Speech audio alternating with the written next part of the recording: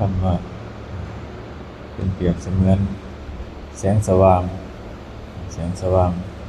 สี่ทางให้คนเฮาทั้งหลายหูตาสว่างหูก็ได้ยินเสียงดีตาก็สว่างมองเห็นถูกต้องตามความเป็นจริงธรรมะเป็นตัวเปิดเป็นตัวส่องทางให้เฮาเดินไปเลยความถูกต้องเดินไปเพื่อความพ้นทุกข์เหมือนกับพระพุทธเจ้าเพื่อนำธรรมะออกมาสอนหรือว่านำความสว่างที่เฮาบ่เคยได้ยินได้ฟังมาเหมือนกับวันจุติจิตจังซี่พระพุทธเจ้าทุกพระองค์เวลาลงมาปฏิสนธิในครรภ์มารดาก็จะมีอาการ32อย่างเพิ่นเรียกว่าบุพพานิมิต32อย่างสิ่งเหล่านี้จะเกิดขึ้นจากบุพพานิมิต32อย่างเนี่ยจะเกิดขึ้นเวลาพระโพธิสัตว์ลงมาจุติจิตในครรภ์มารดาแล้วก็ในขณะที่ตอนที่ประสูติแล้วก็ตอนที่ตรัสรู้แล้วก็ตอนที่แสดงธรรมในเวลานี้จะมีบุพพานิมิตขึ้น32ประการแต่ที่หลวงพ่อบรรเทศหลักๆก็คือไฟนรกดับที่เป็นเหตุก็เกิดจากพระโมคคัลลานะกับพระสารีบุตรเพิ่นไปดับไฟนรกซอยแม่เพิ่นก็เลยเกิดเป็นตัวนี้ขึ้นมาเป็นวันสำคัญในการอุทิศบุญหามารดาเหตุที่ไฟนรกดับในวันจุติจิตก็เพราะว่าเป็นบุพพานิมิตที่ไฟกิเลสหรือว่าไฟราคะโทสะโมหะสิ่งที่มันที่จะดับลงไปในวันนั้นในขณะหลังจากที่พระโพธิสัตว์ได้จุติจิตหรือว่าได้เกิดขึ้นมาได้ประสูติขึ้นมาเพื่อว่าเป็นในอนาคตข้างหน้าไฟราคะไฟโทสะไฟโมหะสิ่งเหล่านี้สิถูกดับลงแล้วก็ไฟแห่งกองกิเลสทั้งหลายหรือว่าไฟจากกองทุกข์ที่คนทั้งหลายทุกข์นี่ก็จะดับลงกันเลยนี่เป็นบุพพานิมิตที่เกี่ยวของกันเหมือนกับคนหูหนวกในนี้หูหนวกตั้งแต่กำเนิดแต่กับได้ยินในวันที่พระโพธิสัตว์ลงมาจุติจิตนี่ก็เฮ็ดให้หูดีคนตาบอดก็เฮ็ดให้ตาดีจังซี่คือตาดีก็เพราะว่าสิมี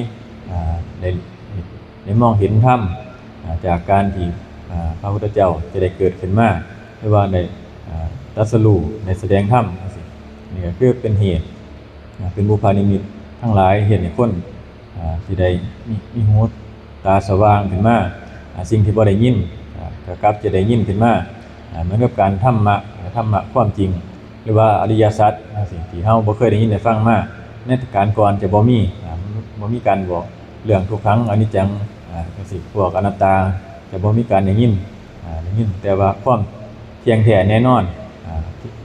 เข้าใจว่าโลกนี้เป็นของเที่ยงผู้ใดเป็นอยู่พรหมก็อยู่ไปจังซั่นเข้าใจว่าตายไปแล้วไปเป็นพรหมก็เป็นเทวดาหวังพึ่งสิ่งเหล่าอื่นจังซี่นี่มีมาตั้งแต่ก่อนพอพระพุทธเจ้าเกิดขึ้นมาก็เป็นภูมิเหมือนกับมาเปิดโลกเปิดแสงเปิดของที่ความแล้วก็ง่ายขึ้นง่ายของที่ความแล้วก็เปิดขึ้นอันนี้คือเป็นวันสำคัญที่เฮาได้ต้องศึกษาเหมือนกันได้ต้องเข้าใจเหมือนกันสิ่งเหล่านี้ถ้าผู้ใดเข้าใจหรือว่าผู้ใดได้ศึกษาก็จะเกิดความเข้าใจว่าเป็นหยังบุพพานิมิตต่างๆบางครั้งเรือก็เรียนเข้าหาฟังเองจังซี่หรือว่าจากคนที่มีจิตใจฟุ้งซ่านพอฮอดกับมื้อวันที่จุติจิตจังซี่เกิดเป็นอาการปิติขึ้นมากับมีจิตใจสิสงบบ่กระวนกระวายเร่าร้อนอันนี้คือเป็นอย่างหนึงเหมือนกันในบุพพานิมิต32นี่ล่ะเป็นจังว่าวันสำคัญถ้าผู้ใดได้มาสัมผัสเองก็จังสิรู้เองเพราะว่าโตครูบามาอยู่นำเพิ่นในปี2ปี3ปีก็เป็น การสัมผัสโดยตนเองผู้ใดอยากรู้ก็มาสัมผัสเอาเพราะว่าเวลาจิตใจเฮามันฟุ้งซ่านหลายๆจิตใจที่มันบ่สงบแต่ว่าพอฮอดมื้อฮอดวันนั้นกลับเป็นจิตใจที่สงบมีอาการปีติเบิกบานขึ้นมาโดยที่ทั้งที่แตะก่อนนั้นมีจิตใจฟุ้งซ่านก่อนวันนั้นมีจิตใจฟุ้งซ่านพอถึงวันจิตใจก็สงบลงคนที่เคยเกลียดชังกันก็กลับกลายเป็นผู้ที่มีวาจาไพเราะต่อกันเว้านํกันดี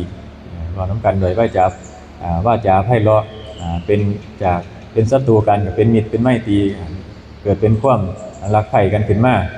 เป็นหมู่กันขึ้นมาจากคนที่สร้างกันเหมือนกับหนูกับแมวเสียเกิดเป็นมิตรกันหรือว่าหมู่กับพังพรเกิดเป็นความรักเกินขึ้นมาบ่ขาบ่ทำร้ายกันหรือว่าเครื่องจองจำที่ขังหรือว่าขังสัตว์ไว้ก็เกิดเป็นหลุดลุ่ยออกมาเพราะว่าสัตว์โลกสิได้หลุดออกจากความจองจำในวัฏสงสารเป็นบุพนิมิตในวันจุติจิตของพระโพธิสัตว์แล้วก็เกี่ยวกับการตรัสรู้นำการประสูติวันประสูติตรัสรู้วันแสดงธรรม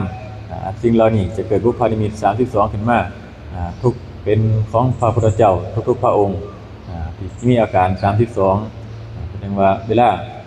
แล้วก็ตัวสำคัญในวันสำคัญที่หลวงพ่อเป็นพระเฮ็ดก็คือนี่ล่ะซอยหรือว่าอุทิศ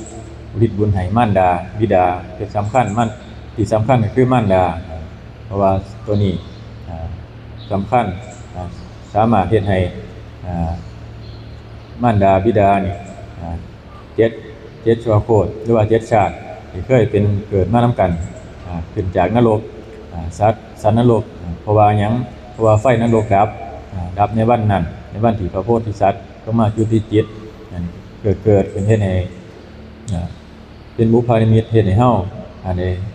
น้อมเข้ามาเบิ่งว่ามันโดนเพื่อพระพุทธเจ้าสิเกิดขึ้นมาเฮามีโอกาสได้ยินได้ฟังธรรมหรือว่ามีโอกาสผู้นำธรรมะออกมาแสดงเฮาก็ควรสิหาสะสมสร้างสมบารมีหรือว่าสร้างสมบุญกุศลไว้หรือว่าการได้ยินได้ฟังธรรมการปฏิบัติธรรมสิ่งใดที่เฮายังบ่มีก็ควรจะเก็บสะสมไว้เพราะว่าจะเป็นการให้ทานรักษาศีลภาวนาจังซี่ควรจะเฮ็ดไว้การภาวนาก็บ่ได้เป็นเรื่องไกลตัวเป็นเรื่องอยู่กับตัวตลอดภาวนาคือการสังเกตความคิดของเฮาหรือว่าเบิ่งลมหายใจสังเกตความคิดการใช้ชีวิตประจำวันของเฮาเวลาเฮาพบปะกับคนหมู่มากมันจะมีอาการกระทบกระทั่งก็ต้องอาศัยเบิ่งอารมณ์ควบคุมอารมณ์เจ้าของถ้าบ่มีสติก็ควบคุมอารมณ์เจ้าของบ่ได้บางเพิ่นเลยหาเครื่องตัดหรือว่าเครื่องข่มอารมณ์เครื่องอยู่ก็คือลมหายใจหรือว่าอุณโลมที่เพิ่นสอนเป็นเครื่องอยู่เป็นวิหารธรรมแปลว่าบ่ให้จิตใจเฮานี่มันไปกระวนกระวายกับสิ่งที่เฮาเห็นหรือว่าสิ่งที่เฮาได้ยินได้ฟังมาเป็นเครื่องข่มไว้บ่ให้ไหลไปนำโลกเพราะว่าโลกเขาก็มีความโกรธความชังความยินดียินร้ายไปตามธรรมดาของเขาถ้าเฮามีเครื่องอยู่เฮาก็สิบ่ไหลไปตามสิ่งเหล่านั้นเฮาก็สิรู้จักความพอเพียงหรือว่าความบ่เข้าไปยุ่งเกี่ยวกับเรื่องของคนอื่นอยู่แต่กับเจ้าของ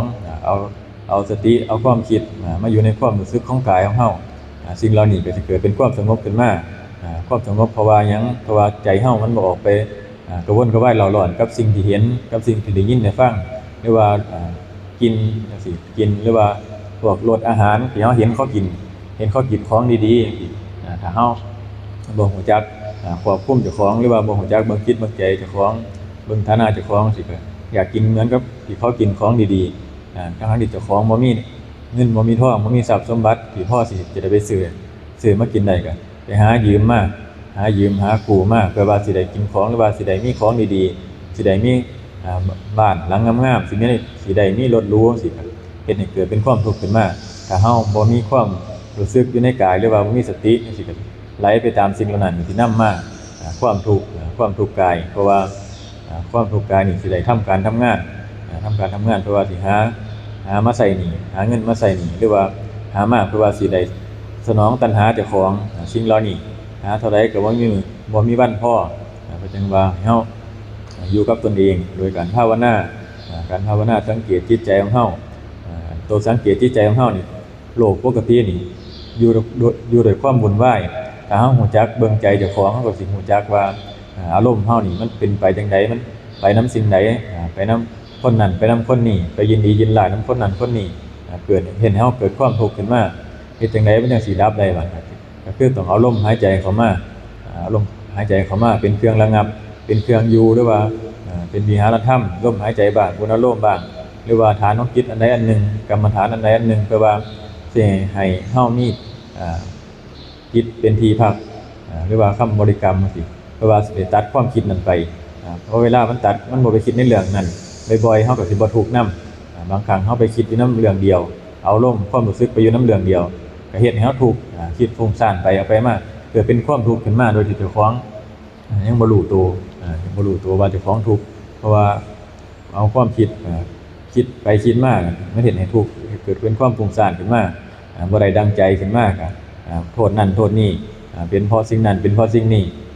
ทั้งที่จริงแล้วก็เป็นเพราะเฮาความคิดแสวงหาก็เลยกลับเป็นทุกข์ขึ้นมา